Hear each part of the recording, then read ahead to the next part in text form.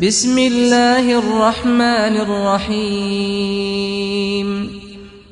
جب انسان اچھا سوچتا ہے تو اللہ خود ہی آسانیاں پیدا کر دیتا ہے اور اس شخص کی مشکلیں آسان ہو جاتی ہیں۔ رسول اللہ صلی اللہ علیہ وسلم نے فرمایا، مظلوم کی آہو پکار سے بچتے رہو، کیونکہ وہ صرف اللہ سے اپنا حق مانگتا ہے اور اللہ تعالیٰ کسی کا حق نہیں روکتا۔ رسول اللہ صلی اللہ علیہ وسلم نے فرمایا، گناہوں سے توبہ کرنے والا ایسا ہے جیسے اس نے گناہ کیا ہی نہ ہو۔ لوگوں، اپنے پروردگار سے ڈرو کہ قیامت کا زلزلہ ایک عظیم حادثہ ہوگا۔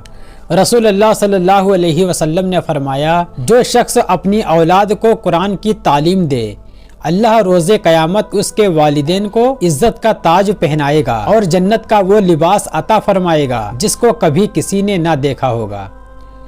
رسول اللہ صلی اللہ علیہ وسلم نے فرمایا، آدمی اپنے اچھے اخلاق کی وجہ سے ان لوگوں کا مرتبہ پا لیتا ہے جو راتوں کو عبادت کرتے ہیں اور دن کو روزے رکھتے ہیں۔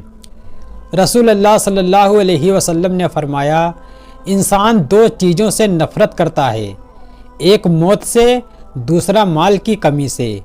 حالانکہ موت دنیا کے جھگڑوں سے نجات دلاتی ہے اور مال کی کمی مقام حساب کی تکلیف کو کم کرتی ہے۔ پریشانی تذکرہ کرنے سے بڑھتی ہے، خاموش رہنے سے کم ہو جاتی ہے، صبر کرنے سے ختم ہو جاتی ہے اور اللہ کا شکر ادا کرنے سے خوشی میں تبدیل ہو جاتی ہے۔ اگر تجھے کوئی سب سے برا کہہ دے اور تجھے غصہ آ جائے تو سمجھ لے کہ تو واقعی سب سے برا ہے۔ رسول اللہ صلی اللہ علیہ وسلم سے پوچھا گیا کہ نجات کا ذریعہ کیا ہے؟ تو فرمایا، اپنی زبان کو قابو میں رکھو، تمہارا گھر تم کو سمائے رکھے، یعنی بلا ضرورت گھر سے نہ نکلو اور اپنی غلطی پر رویا کرو۔ رسول اللہ صلی اللہ علیہ وسلم نے فرمایا، جمعے کے دن غسل کرنا ہر بالغ مسلمان پر واجب ہے، اور یہ کہ وہ مسواک کرے اور اگر خوشبو میسر ہو تو وہ بھی لگائے۔ دنیا کا سب سے خوبصورت پودا محبت کا ہوتا ہے، جو زمین میں نہیں بلکہ دلوں میں اگتا ہے۔ رسول اللہ صلی اللہ علیہ وسلم نے فرمایا، کوئی شخص خود بیٹھنے کے لیے دوسروں کو اس کی جگہ سے کھڑا نہ کرے، اس کے بجائے مجلس میں ایک دوسرے کو جگہ دو اور دوسروں کے لیے وسعت پیدا کرو۔ رسول اللہ صلی اللہ علیہ وسلم نے فرمایا، اللہ تعالیٰ کے نزدیک پسندیدہ عمل وہ ہے جو مستقل ہو، اگرچہ تھوڑا ہی ہو۔